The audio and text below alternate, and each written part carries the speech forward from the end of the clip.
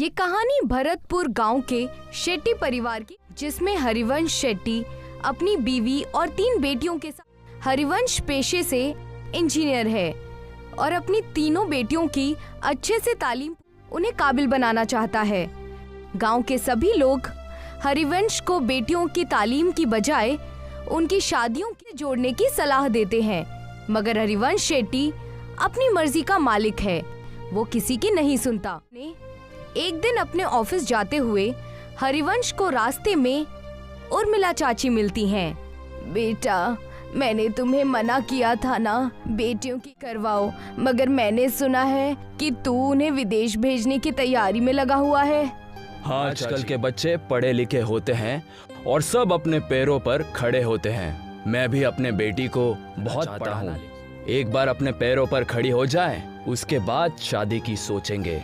मगर बेटा, उनकी शादी। ओफ हो चाची, अभी वो तीनों बहुत छोटी हैं। चिंता मत करो, मैं हूँ ना, मैं सब संभाल लूंगा। इतना कहकर हरिवंश अपने ऑफिस के लिए निकल जाता है। उसके ऑफिस पहुंचते ही उसे खबर मिलती है कि गांव और सब बर्बाद हो गया है। हरिवंश वापस घर पहुंचता है और देखता है कि उसका पूरा गांव बर्बाद हो गया है। अरे यार, मैं तो लुट गया, बर्बाद हो गया। अब कैसे सब हो पाएगा? मेरी बेटियां कैसे विदेश जाएंगी और आगे की पढ़ाई कैसे करेंगी? अजी, नुकसान तो पूरे गांव का हुआ है, मगर मालिक की दुआ है कि हम में से किसी को कुछ नहीं हुआ। सभी लोग जल्दी से जल्दी गांव को खाली कर दो। सरकार ने कहा है यहाँ अभी और बड़े भूकंप आने वाले हैं। देखते ही देखते पूरा गांव नदी पार करने के लिए इकट्ठा हो जाता है। सभी नदी के किनारे खड़े जेटी का इंतजार कर रहे होते हैं। वहीं हरिवंश शेट्टी का परिवार भी अपने नंबर का इंतजार करता है। हरिवंश किसी ख्याल में डूबा हुआ है, तभी उसके कंधे पर कोई हाथ रखता है। हरिवंश पलट कर देखता है तो खून से लथपथ एक आदमी उससे कहता है, बहुत लंबा इंतजार करवाया है तूने, आखिरकार तू हमारे पकड़ में आ ही गया। हरिवंश उस आदमी को देखकर डर जाता है। वो आसपास देखता है, सभी लोग नॉर्मल हैं। ऐसा लगता है जैसे हरिवंश के अलावा किसी और को वो आदमी नजर ही नहीं आ रहा हो। कौन मेरा इंतजार क्यों कर रहे थे?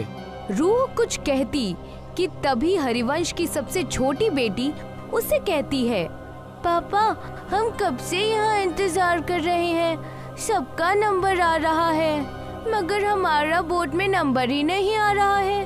अब तो मुझे बहुत जोर से भूख भी लग रही है। क्या दिन देखने पड़ रहे हैं ना इंजीनियर, जब अपने साथ कुछ बुरा होता है ना तो कहीं चैन नहीं मिलता। सही कहा है ना मैंने? मगर और मुझसे क्या चाहते हो? तभी हरिवंश की नजर नदी के बीचों बीच चल रही नाव पर पड़ती है, जहाँ से बहुत चीखों की आवाजें आ रही हैं। नाव नदी के बीच हिचकोले खाने लगती है। तभी हरिवंश की नजर नदी में कुछ रूह पर पड़ती है, जो जेट्टी से कुछ लोगों को पानी में गिराने की कोशिश कर रहे हैं। जो आदमी नदी में गिरता जाता है, वो रूह एक एक करके उनका गला मरोड़ती तो कोई रूह किसी का खून पीती है। इतना खौफनाक मंजर देखकर हरिवंश मन ही मन सोचता है, शायद इन आत्माओं को आदमियों से प्रॉब्लम है, इसीलिए ये सिर्फ आदमियों को मार रही है। अगर मैं मेरे परिवार के साथ गया तो ये मेरे साथ साथ उन्हें भी नुकसान पहुंचा सकती है, जो मैं बर्दाश्त नहीं कर सकता। इतना सोचते हुए हरिवंश वहाँ से उल्टा गांव की ओर भागना शुरू करता है और उसके खानदान वाले उसे वापस आने के लिए कहते हैं। अरे, वहाँ कहाँ जा रहे हैं आप? गांव में खतरा है, लौट आइए। हाँ पापा, वापस आ जाइए ना प्लीज, वहाँ मत जाइए ना पापा, वापस आ जाइए ना। मगर हरिवंश किसी की नहीं सुनता और गांव की ओर भाग जाता है। वो जैसे ही गांव में जाता है, वो देखता है कि वहाँ कोई नहीं है। चारों ओर खामोशी छाई है। हरिवंश अपने उजड़े हुए गांव को चारों ओर से देखता है। तभी उसे एक रूह उसकी ओर दौड़ती हुई नजर आती है। हरिवंश अपनी जान बचाकर वहां से भागता है। भागते भागते थक जाने के बाद हरिवंश एक सरकारी स्कूल के बिल्डिंग के बाहर बैठ जाता है। वहां भी उसे सब उजड़ा हुआ नजर आता है। तभी दो छोटे बच्चों की रूह हरिवंश के करीब आती है और उससे कहती है, अंकल, हम तो मासूम से बच्चे थे ना, आपने हमें क्यों मार दिया? अब आपका नंबर है। मैं इन बच्चों को क्यों मारूंगा भला? मैं खुद बेटियों का बाप हूँ। हे मालिक, ये सब क्या हो रहा है मेरे साथ? वहाँ मेरा परिवार भी अकेला है। मुझे लगता है इन सबको कोई गलत फहमी हो रही है। हरिवंश ऐसा मन ही मन सोच रहा होता है कि तभी एक खौफनाक औरत की रूह वहाँ आ जाती है और हरिवंश से कहती है, जब अपने परिवार से इतनी मोहब्बत करते हो तो दूसरों के बारे में कभी क्यों नहीं सोचते? अब तुम मरोगे और बहुत बुरी मौत मरोगे। हरिवंश ये सब देखता है और फिर इधर उधर भागने लगता है। वो भागते भागते वापस नदी के किनारे आ जाता है, मगर इस बार वो देखता है कि वो जहाँ खड़ा है वहाँ कोई भी नहीं है। तभी वो देखता है एक और जेटी नदी के अंदर जा रही है, जिस पर कुछ रूह हमला करती हैं। हरिवंश को ये पहले समझ में नहीं आता।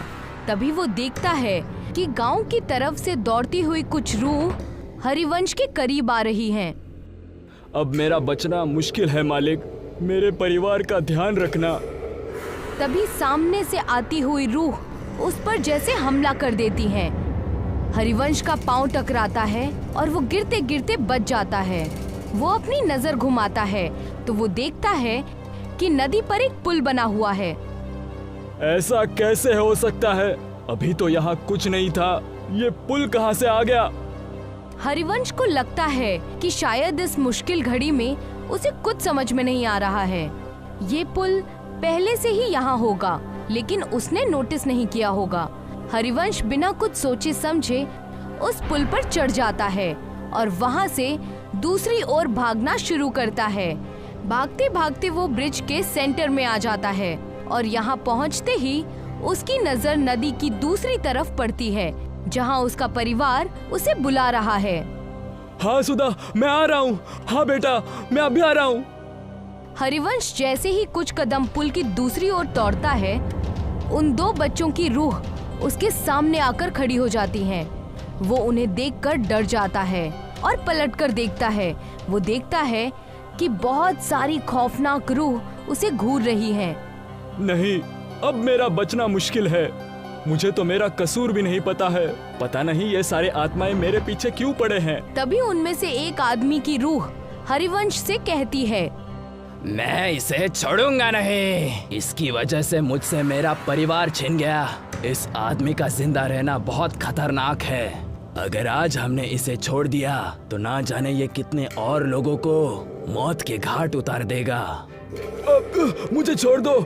आप सबको कोई गलतफहमी हो गई है। मैंने किसी का कुछ नहीं बिगाड़ा। तभी एक दूसरी रूह हरिवंश के करीब आती है और बोलती है, हरिवंश, तुम्हें याद है जब सरकार की तरफ से तुम्हें सरकारी स्कूल बनाने का ठेका नहीं मिल रहा था तो तुमने पैसे देकर वो टेंडर अपने नाम करवा लिया था। तुम वो 5 साल पुराने टेंडर की बात कर रहे हो? हाँ, क्योंकि मुझे वो प्रोजेक्ट किसी भी कीमत पर चाहिए था। मेरी बेटियां शहर में पढ़ने जाती हैं, लेकिन वहाँ के फीस बहुत ज्यादा होती हैं। मैं गांव का रहने वाला इंजीनियर भला उनके सपनों को कैसे पूरा कर पाता? मैंने रिश्वत देकर वो टेंडर अपने नाम करवा लिया था, मगर किसी को इस बात से क्या प्रॉब्लम हो सकती है? हरिवंश के ऐसा कहते ही वो स्कूल के बच्चे उसके सामने आकर कहते हैं, अंकल, अगर आप वो टेंडर नहीं लेते तो आज हम जिंदा होते। इसका क्या मतलब है? इसका सिंपल सा मतलब है अंकल कि आपने बच्चों के मुस्तकबिल का ध्यान रखा, मगर गांव में रहने वाले गरीब परिवार के बच्चों का ध्यान नहीं रखा। तभी आपने ये टेंडर अपने नाम किया, मगर उसमें भी पैसा बचाने के चक्कर में आपने घटिया मटेरियल का इस्तेमाल किया। जिसकी वजह से हमारा स्कूल बिना वजह से टूटकर गिर गया और हम जैसे सैकड़ों बच्चों की जान चली गई। ये सुनकर हरिवंश का मुंह खुला का खुला रह जाता है। वो कुछ कहता कि तभी एक औरत हरिवंश के करीब आती है और उससे बोलती है, इंसान नहीं राक्षस है तू। मेरे बच्चों और मेरे शौहर को खा गया, अब तू मरेगा। तेरे घर वाले तेरे मौत का तमाशा देखेंगे। उन रूह की भीड़ में से 2 आदमियों की रूह निकलती है और हरिवंश को हवा में उल्टा लटका देती है। उल्टा लटका हरिवंश उनसे कहता है, मेरी गलती माफी लायक तो नहीं है, मगर फिर भी मैं सबसे हाथ जोड़कर माफी मांगता हूँ कि मेरी भूल को माफ कर दो। तभी रूह की ताकत से उल्टा लटका हरिवंश गोल गोल चक्री के जैसे घूमने लगता है। तूने कोई भूल नहीं की इंजीनियर, तूने सब सोच समझकर किया है और जो तूने किया है ना उसे पाप कहते हैं। पाप की कोई माफी नहीं होती, उसकी सजा होती है जो अब तुझे हम देंगे। नहीं नहीं, मैंने कुछ भी जानबूझकर नहीं किया, मुझे माफ कर दो, प्लीज मुझे जाने दो। हाँ हाँ, आज तुझे इस दुनिया से भेजने ही तो आए हैं। तू शायद भूल रहा है इंजीनियर, तूने गांव का सिर्फ वो स्कूल ही नहीं बल्कि उस म्यूनिसिपल का हॉस्पिटल भी बनाया था। गांव में ऐसे कई छोटे बड़े प्रोजेक्ट हैं जो तुमने बनाया था। और हाँ, आज जो ये तू इस ब्रिज में झूल रहा है ये भी तो तूने ही बनाया था। तुझे अंदाजा भी है कि तेरे बनाए हुए सभी प्रोजेक्ट्स का एक जैसा हाल हुआ है तो तू एक दो नहीं बल्कि हजारों मौतों का अकेला गुनहगार है। ये सब सुनकर हरिवंश को अपनी सारी काली करतूतें याद आ जाती हैं और वो उन सब से कहता है, हाँ, मैं सब कुछ स्वीकार करता हूँ, मैं सारी गलतियाँ मानता हूँ, मैं इन सब का दोषी हूँ। मगर हर माँ बाप अपने बच्चों के खुशी के लिए कुछ भी करता है, तो मैंने भी अपने बच्चों के भविष्य के लिए ऐसा किया था। हालांकि मैं अब ये बात मानता हूँ कि मैंने जो भी किया वो सब गलत था। हरिवंश की माफी से किसी को कोई फर्क नहीं पड़ता और देखते ही देखते वो रूह वहाँ से एक एक करके गायब होने लगती हैं। हरिवंश को समझ में नहीं आता कि ये सब क्या हुआ। वो हवा में उल्टा लटका हुआ है, उसे पुल के ऊपर कोई नहीं नजर आता, सब गायब हो जाते हैं। वहाँ उसके परिवार को जेटी मिल जाती है। वो दूर से ही अपने परिवार को नदी के दूसरी ओर जाता हुआ देखता है। जिस ब्रिज के ऊपर वो उल्टा लटका है वो ब्रिज भी धीरे धीरे गायब हो रहा है। हरिवंश जैसे ही खुद को खुले आसमान के नीचे नदी के बीचों बीच उल्टा लटका हुआ देखता है, वो देखता है कि उसके आसपास उसी की तरह बाकी की रूह भी उल्टी लटकी हुई हैं। वो उन्हें देखकर डर जाता है। तू और तेरे साथ देने वाले सभी लोग अब इस दुनिया में नहीं है और आगे भी जब जब तुझ जैसे लोग ऐसा काम करेंगे हम उन्हें सजा देने आते रहेंगे। इतना कहकर वो सारी रूह हरिवंश पर झपट्टा मारती हैं और उसे खत्म कर देती हैं।